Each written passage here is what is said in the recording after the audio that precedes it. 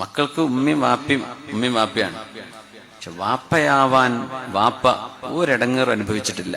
ഉമ്മ ഗർഭധാരണം നടന്നത് മുതൽ ഛർദി തുടങ്ങി, ഞരമ്പ് വലി തുടങ്ങി, ഉറക്കം കിട്ടാണ്ടാവല് തുടങ്ങി, ഭക്ഷണത്തിന്റെ സ്മെല്ല് പറ്റാണ്ടാവല് തുടങ്ങി. പിന്നെ ഗൈനക്കിനെ കാണാൻ വേണ്ടി പോകുന്ന ത്യാഗം തന്നെ വലിയ ജിഹാദാണ്. ഒരു നിലമ്പൂർക്കോ മഞ്ചേരിക്കോ ഇടക്കര എവിടെങ്ങളോ പോലെ എനിക്കറിയില്ല.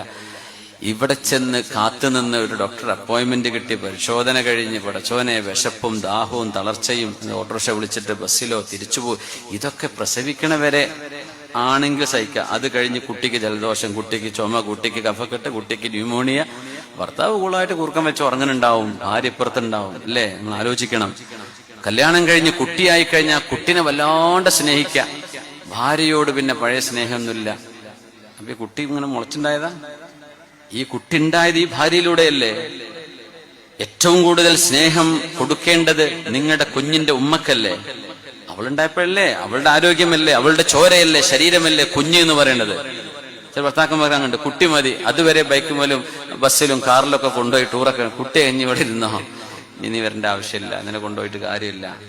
അങ്ങനെ ആവരുത്. സ്നേഹം കൂടുതൽ കൊടുക്കണമെന്ന്. അപ്പൊ നമ്മൾ വാപ്പ എന്ന് പറഞ്ഞ സുഖത്തിന് നല്ല രസമുള്ള വർത്താന, വാപ്പയാണ് എന്തേ അറിഞ്ഞിട്ടുണ്ടോ?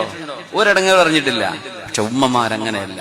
കുഞ്ഞ് ജനിച്ചൊരു 3-4 കൊല്ലം വരെ മര്യാദക്കൊരു ഡ്രസ്സ് ഇടാൻ പോലും ഒരു പറ്റൂല. ശരിക്കൊന്നും ഉറങ്ങാൻ പറ്റുമോ? അപ്പൊ കൊല്ലം പ്രസവിക്കുകയാണെങ്കിൽ പറയും വേണ്ട.